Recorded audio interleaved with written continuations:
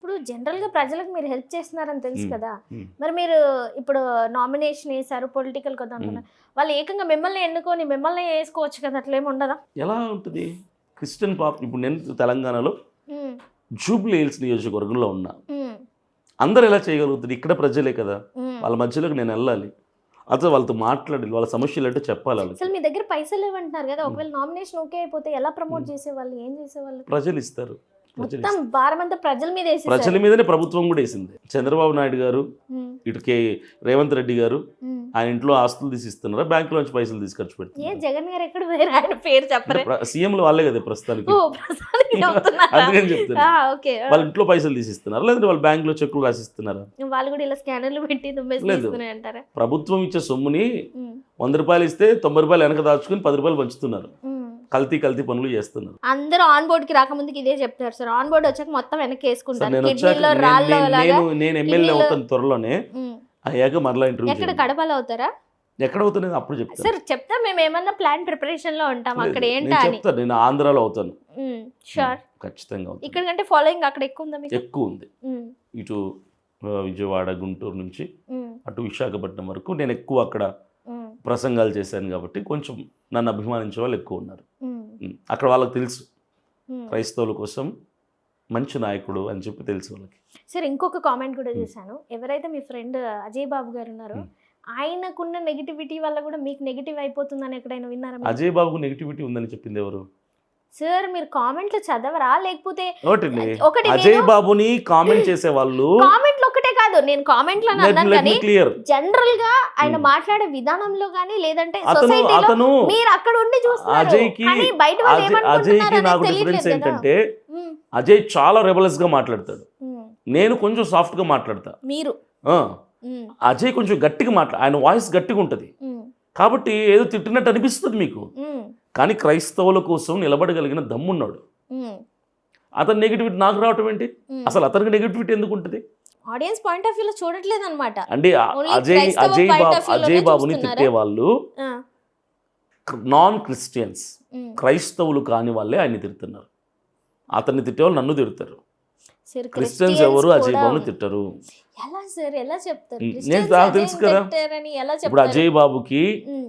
Christians లో ఉన్న belief ఎంత ఉందో నాకు తెలుసు. హ్మ్. క్రైస్తవులు నమ్ముతారు అతన్ని. హ్మ్. ఎందుకంటే క్రైస్తవుల కోసం ఒకసారి జైలుకి వెళ్ళి వచ్చాడు. 10 రోజులు ఉండొచ్చాడు. హ్మ్. చెంచల్గూడలో ఉండొచ్చాడు. ఎలా పక్క మతాన్ని తిట్టి. ఉం? హ్మ్.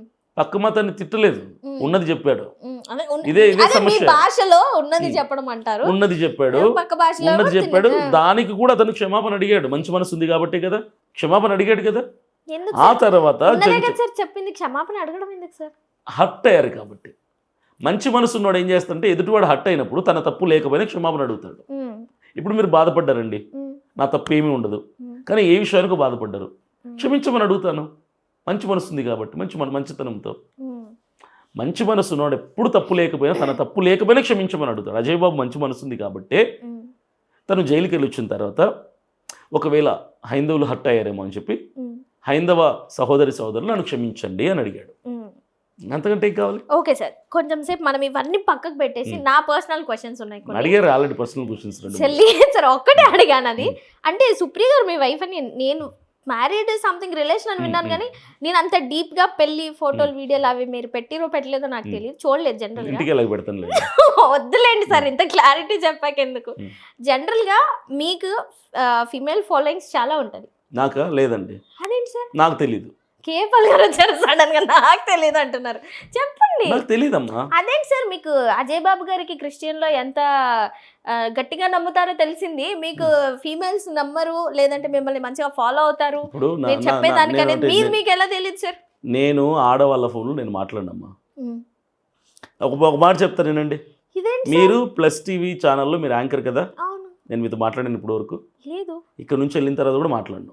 నేను అసలు యాక్చువల్లీ మీ నెంబర్ కాల్ మీరు నా చేయలేదు. నంబర్ కాల్ చేస్తే కూడా గారికి. మీరు నంబర్ కాల్ చేస్తూ కూడా నేను మాట్లాడను. ఇదేంటి సార్? నా పర్సనల్ నంబర్ కాల్ చేస్తే నేను మాట్లాడను. ఆడవాళ్ళకి చాలా దూరంగా ఉంటా.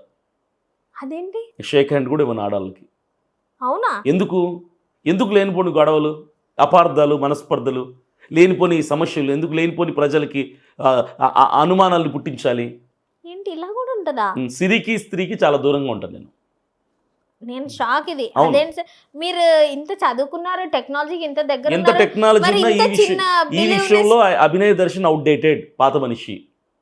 ఎందుకు మీ మీద అంతకుముందు అమ్మాయిల వ్యసనపరుడు అని ఏదో కామెంట్స్ ఉన్నందువల్ల ఎవడో మీరు పెట్టేది ఇవన్నీ- ఏంటి, నేనే చెప్తున్నాను. అదే మీరు చెప్పిన దానికి అప్పుడు అలా ఉన్నారని ఇప్పుడు ఇలా నా అయ్యారు. ఓల్డ్ లైఫ్ అది. నేను అన్ని చూసాను, అన్ని చేశాను. ఇప్పుడు షేక్ హ్యాండ్ ఇస్తే ఏమవుతుంది సార్? వద్దు, అవసరం ఏంటి అంటాను నేను. ఒకసారి షేక్ హ్యాండ్ ఇవ్వండి. అవసరం లేదు ఏముంది, జనరల్ గా షేక్ హ్యాండ్ పర్లేదు, నేను నమస్కారం పెడతాను. మాకు అంత సంస్కారం వద్దు, మాకు షేక్ హ్యాండ్ జనరల్ గా నేను ఇవ్వనమ్మా, నేను షేక్ ఇవ్వను, హ్యాండ్ ఇవ్వండి ఒకసారి. నేను ఇవ్వను, నేను ఇంతే అంటే అసలు టచ్ చేయరు అసలు మమ్మల్ని. చేయను. ఇప్పుడు అంటే ఆన్ స్క్రీన్ లో టచ్ చేయను అంటున్నారా? లేదంటే ఎందుకంటే నేను మీటింగ్స్కి వెళ్ళినప్పుడు కొంతమంది సిస్టర్స్ నాకు అక్కడ ఉంటారు కదా, అభిమానించే వాళ్ళు, షేక్ హ్యాండ్ ఇచ్చిన బిడ్డలు గోకడాలు ఇవన్నీ చేశారు అప్పుడప్పుడు. ఎందుకు వచ్చిన గొడవ అని చెప్పి షేక్ హ్యాండ్ ఇవ్వడం మానేశాను. సో ఇవన్నీ ఫేస్ చేశాను కాబట్టి మనకు ఎందుకు వచ్చిన సమస్య. ఎగ్జాక్ట్లీ నా పాయింట్ ఆఫ్ వ్యూ అవే ఉన్నాయి. అందుకే నేను మానేశానమ్మా. నేను అందుకని అప్పటి నుంచి నన్ను నేను జాగ్రత్తగా నేను ఉంటాను. నేను ఇప్పుడు అందరూ జాగ్రత్తగా అలా ఉంటాను. ఉండరు కదా సార్.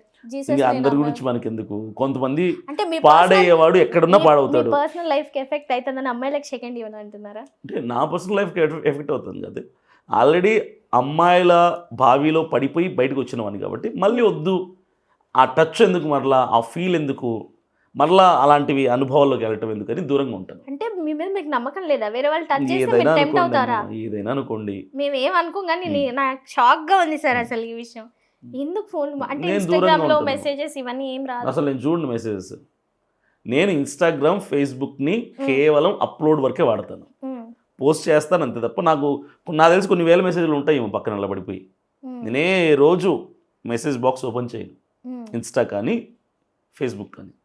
ఎందుకు సుప్రీం అని చెప్పారు అవన్నీ చూస్తే బాగా అసలు ఫోన్ మాట్లాడొద్దని ఏమైనా నా చెప్పారా? ఫోనే పట్టించుకో, నన్ను పట్టించుకో పెద్దగా ఇలాంటి విషయాలు. మా ఇంట్లో వాళ్ళందరికీ తెలుసు నేను ఎలా ఉంటున్నాను. నేను చాలా స్ట్రిక్ట్గా ఉంటున్నాను. అంటే నా డ్రెస్సింగ్ స్టైల్ ఇవన్నీ చూసి అభినయ్ దర్శన్కి ఎట్లుందో ఫాలోయింగ్, ఎలా మాట్లాడతా అనుకుంటారు తప్ప నేను చాలా అవుట్డేటెడ్ పర్సన్ మైండ్ సెట్ నాది.